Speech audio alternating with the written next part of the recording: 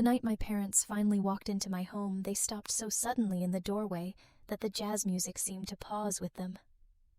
My name is Eva Monroe, and I was standing on the terrace of my cliffside villa holding a glass of champagne when I saw their silhouettes appear against the glow of the entryway. For a moment, the only sound was the ocean below and the stunned breath my mother tried to swallow. They weren't supposed to be here. They had refused my invitation, told me they had something far more important to attend, something that made my housewarming nothing more than a small, forgettable event. Yet here they were, frozen beneath the chandelier, their eyes climbing the sweeping staircase, the glass walls, the glimmering coastline behind me. They had expected to find a cramped little condo, the kind of place you drive past without even noticing. Instead, they were staring into a world they never imagined could belong to me. I didn't walk toward them right away. I let them look. I let them feel the weight of everything they had dismissed. My mother's hand tightened around her clutch. My father blinked like the room was some kind of mirage. Dylan hovered behind them, stiff in his tailored suit, as if he'd just stepped out of his own celebration because he had. I took a slow breath, smoothing the front of my dress, and finally stepped closer. Their faces shifted, trying to rearrange shock into pride or confusion into something polite. But they couldn't quite form the expression they needed, because none of this matched the version of me they had carried in their heads for years. I stopped a few feet from them, lifting my glass slightly. "Welcome," I said. "You almost missed everything." The truth was they already had. The call happened 3 weeks before that night on a Tuesday so ordinary it shouldn't have mattered. I sat on my balcony in Seacliff Bay, the sun tinting the coastline gold, rehearsing all morning for a moment I hoped would sound calm instead of desperate. When my mother finally answered, I stood as if I needed the strength. She sounded distracted, breathless. I told her I wanted her and Dad at my housewarming. I tried to sound casual, though it meant everything. Her reaction held no excitement. "Oh, honey, that weekend Dylan has his recognition banquet. We already committed?" Her softness felt like padding for the blow. I told her it was important I had bought a home. She hummed like she was acknowledging a weather report. Then my father came on steady and certain, explaining that Dylan's event was significant and they'd send something and visit when things slowed down. When I tried again, he gently cut me off. "It's just a housewarming, sweetheart." My grip tightened until the phone edges dug into my skin. I said I understood, even though I didn't, and ended the call before my voice cracked. For a moment only the ocean spoke its rhythm, feeling almost mocking. I looked at the balcony, the quiet strength of the life I'd built alone, one they'd never bothered to ask about. They still pictured me in that old apartment doing work too small to matter. As the sun dipped lower, the truth settled in. They weren't coming because they didn't think there was anything worth coming for. Something inside me sharpened, refusing to let that be the end. Once the call ended, memories rose like tidewater dragging up old debris. They always began in our Ohio home, where everything revolved around Dylan. He was the golden boy, long before law school teachers adored him. Neighbors predicted greatness, and my parents basked in his orbit. Their pride cast a shadow I grew up inside. I was the quiet one, drawn to sketchbooks and outdated design software. My mother reminded me screens wouldn't pay bills. My father called me imaginative, stretching the word like he was hiding pity. At dinners, questions for me felt like afterthoughts, still drawing, still doing those little projects. I was the faint outline behind my brother's bold portrait. I left Ohio after college for Portland, chasing something I couldn't name. I took any design work I could.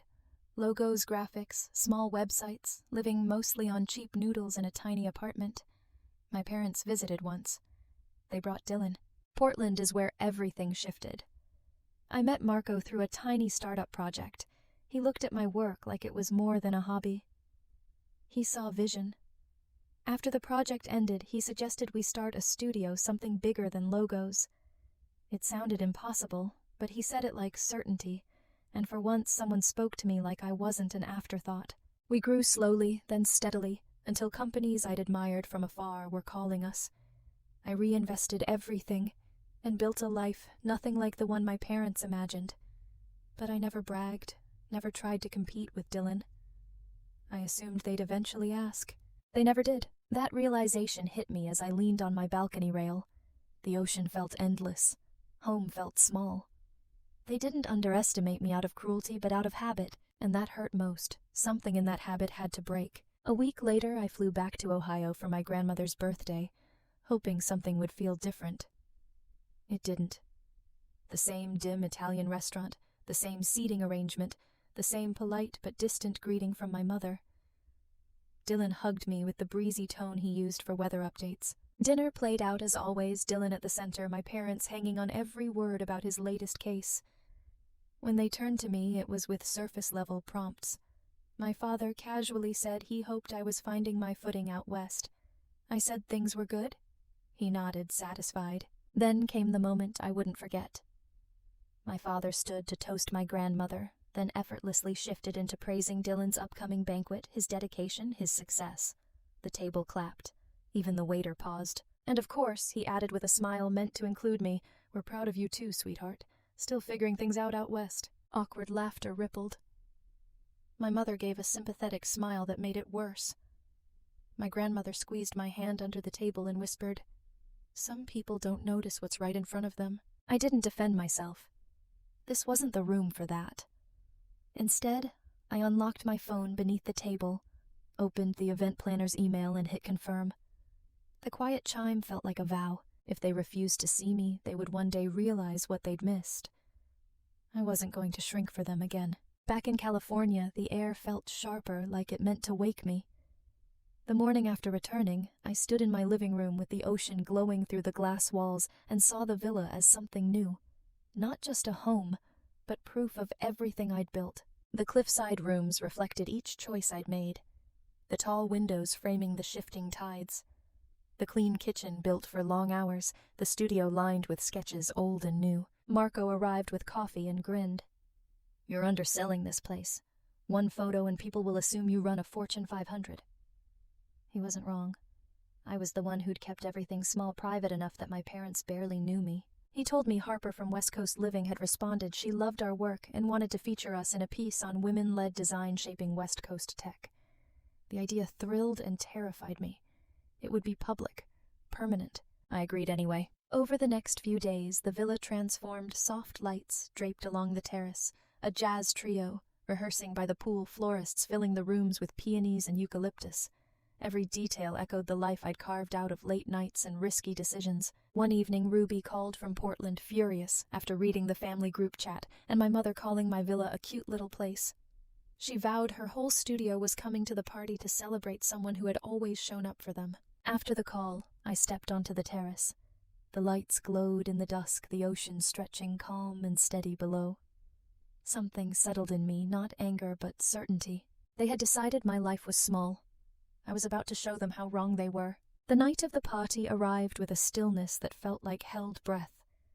I stood before the mirror, smoothing my dress as the villa hummed with preparation, the catering staff murmuring the jazz trio, tuning the sky, deepening into velvet blue. Guests arrived just after 7, designers, founders, creative directors.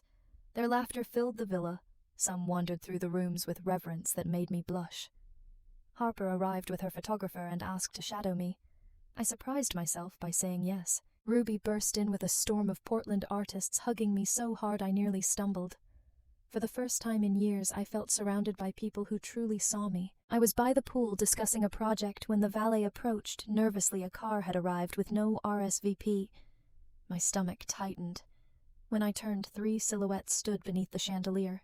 My parents stepped inside first, dressed like they were entering a ballroom with Dylan trailing behind. My mother's eyes widened at the high ceilings and glass walls. My father blinked, stunned. Dylan tugged at his cuff, uncomfortable. I didn't rush. I let them stand there in a world they never imagined belonged to me. Finally, I approached, my heels echoing.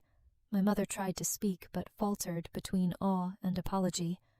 "I didn't know you meant this," she whispered. I raised my glass. "You didn't ask." Before they could answer, Harper appeared smiling, asking if she could photograph us on the terrace. My mother paled. My father swallowed. Dylan shifted. And in the quiet beneath the noise of the party, one certainty settled deep inside me. They had come too late. But they were going to see everything now. In that moment, the noise of the party faded, and a quiet certainty settled inside me. They had come too late, but they were going to see everything now. My parents didn't stay long after that moment in the foyer. They followed me onto the terrace once Harper stepped away. but even with the ocean stretching out beneath us and the party glittering behind, they seemed smaller somehow. Or maybe it was the first time I wasn't shrinking beside them. My mother stared at the horizon as if the water held answers. My father cleared his throat twice before speaking. Dylan lingered a few steps back, hands in his pockets, wishing he were anywhere else. My father finally asked how I managed all of this. The house, the work, the people. His voice wasn't accusatory, just stunned as if discovering a room he never knew existed. I told him about the studio, the clients, about Marco, and everything we'd built. I let the truth stand on its own. My mother whispered she wished I'd told them sooner. I said I wished I had too, but for years it felt like it wouldn't have mattered. It was the closest we'd come to honesty in a long time. Neither of them defended the past. The silence between us was heavy but clean, and I felt something loosen. I wasn't waiting for their apology anymore. They left quietly 20 minutes later. No scene, just a soft goodbye, and their footsteps fading as the party carried on. Dylan stayed long enough to say he was sorry for not seeing things sooner, and for the first time I believed him. I told him he didn't need to fix anything tonight. Then he followed them out. When they were gone, the terrace seemed brighter. The band slid into a warm melody, guests moving like constellations across the villa. Ruby found me at the railing and handed me champagne. She didn't ask. She just bumped her shoulder against mine and said the house looked even better, filled with people who cared. A week later, Harper's article went live. The photos caught the villa from angles I'd never seen, making it look both vast and intimate. The profile told our studio's story with clarity and respect. Reading it, something inside me unfurled, not pride exactly, but recognition. Messages poured in from old classmates and people I hadn't heard from in years. Dylan texted again, telling me the article was incredible, and that he wanted to visit properly. My parents called that evening. My mother's voice was softer, like the article had shaken something loose. She said they were proud. She said they were sorry. She said they hadn't realized how much they'd missed. I listened. When she finished, I told her I needed space, not out of anger, but truth. I said I was done living small so they could stay comfortable. She cried quietly, but didn't argue. After the call, I stepped onto the terrace. The sky had folded into dusk, the air smelling of eucalyptus and salt. I wrapped my hands around the railing and let the calm settle. I wasn't waiting to be seen anymore. I had learned to see myself. The week after the article felt unusually quiet, not empty, just peaceful enough that I could hear myself again. Each morning I took my coffee to the terrace, watching fog drift across the water until the sun burned it away. The ocean didn't care who apologized or who didn't. It just kept moving steady and sure. I found myself matching its rhythm. My parents kept their distance, maybe sensing I meant what I said. Dylan's messages were softer, and I replied when I wanted to. No bitterness, just boundaries I'd needed for years. The villa felt different too, not because of the party, but because something inside me had shifted. I walked through the rooms with ease, realizing I no longer felt the need to prove anything. This home wasn't a statement, it was simply mine. One evening I opened the sliding doors to let in the breeze, carrying eucalyptus from the hills. Ruby had left me a small painting, bright and abstract, and I'd hung it by the staircase. Every time I passed it, I felt the presence of people who'd believed in me long before the article, long before the villa. I thought about calling my parents just to see what might grow in the quiet between us. But I didn't. Healing doesn't always mean rushing back. Sometimes it means standing still long enough to know where you want to go next. The sun slipped behind the horizon, turning the coastline amber. I leaned on the railing and let the moment be what it was, simple, steady mine. No performance, no waiting for permission. The truth is, I never needed the party to prove anything to them. The party proved it to me. I built a life I'm proud of, one that fits me, one that doesn't shrink or apologize. Whether my family ever fully sees it or not, I finally do. And that's enough.